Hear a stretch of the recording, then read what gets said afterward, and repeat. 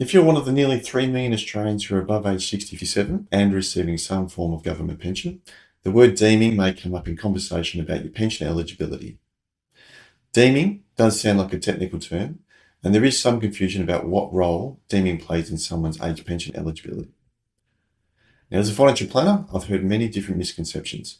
So the purpose of this presentation is to explain what is deeming, what changes are on the horizon, and what it means to your overall pension entitlement.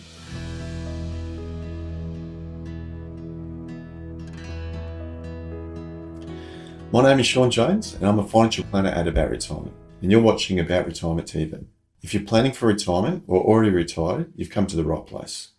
On this channel, we present topics for those who are preparing financially for retirement, or for those who are already retired and looking for more education on all matters retirement.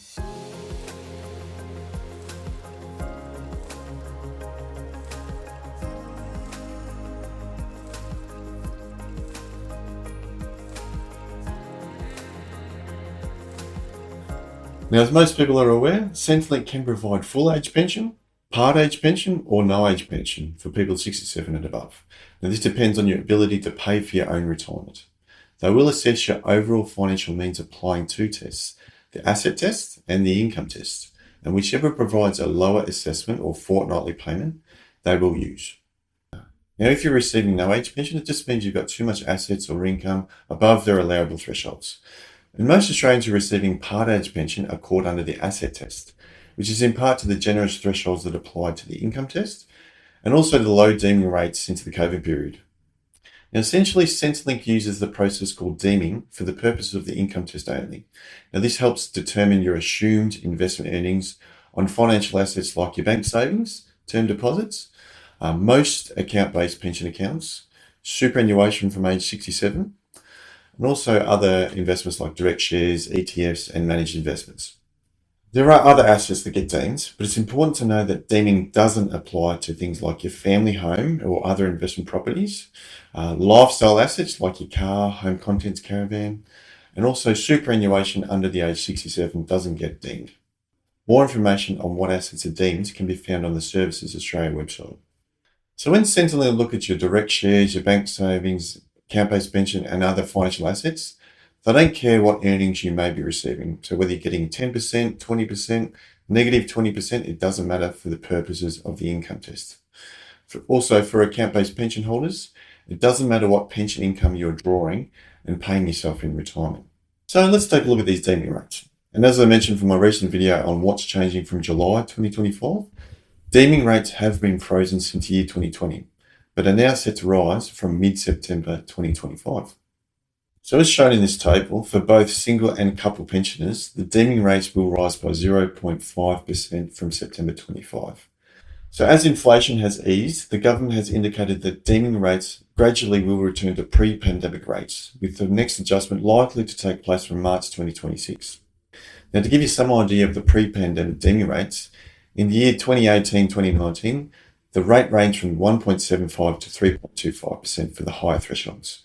We can see in this graphic that the deeming rates shown in blue were at their lowest in the last 5 to 6 years. Now, this was to support retirees in a period of economic uncertainty and despite the high cash rates. So let's take a look at an example of deeming rates counting towards the income test. We can see that in this example for $500,000 in financial assets, under the new rates, $12,500 will be counted towards the income test for a single person and $11,670 for a couple. But what if deeming rates again jump in March 2026 by 0.5%? Well, you can expect about another $2,500 additional assessment towards the income test. Now, these may be small increases, but over time we can expect to see larger reductions in age pension for people impacted by the income test. So what type of age pensioners are adversely impacted by deeming rate rises? Well, typically age pensioners that are still employed in some capacity or have a partner still working. Also those receiving government defined benefit pensions like the CSS, PSS. And maybe investment property owners that are receiving high net rental but hold low equity property values counted towards the asset test. For some of these people, the deeming rate rises could mean the difference from full age pension to part pension, or even worse, moving from part age pension to no age pension, and therefore meaning no pensioner concession card. Furthermore, there are other social security recipient holders that may be negatively impacted by high deeming rates, including Commonwealth Seniors Health Card holders, depending on their deemed financial assets, aged care residents who contribute to their own care costs, and lastly, job seeker and disability support pension recipients. So in summary, the changes to deeming rates may not have a huge impact on the majority of age pensioners for now, but as rates return to more normal levels, over time we can expect more Australians feeling the impact to their fortnightly payments. Meeting with a qualified financial advisor may help you understand your Centrelink assessment and also help determine if there are strategies to reduce either your asset test or income test. A financial advisor can also model different scenarios to protect your entitlements while keeping your broader financial plan on track. I hope you found some value from this presentation, and please give this video a like and subscribe to our channel. If you would like to speak with a financial planner from About Retirement, hit the book a meeting button and then choose the day and the time of the meeting. Now please continue watching some of our other videos, with the first recommendation being Katherine's presentation about why financial planning matters to women. And the second recommendation is my video, Superannuation Death Taxes. If you have any questions or would like to dive a bit deep into the topics covered today, please feel free to reach out. Thanks for watching.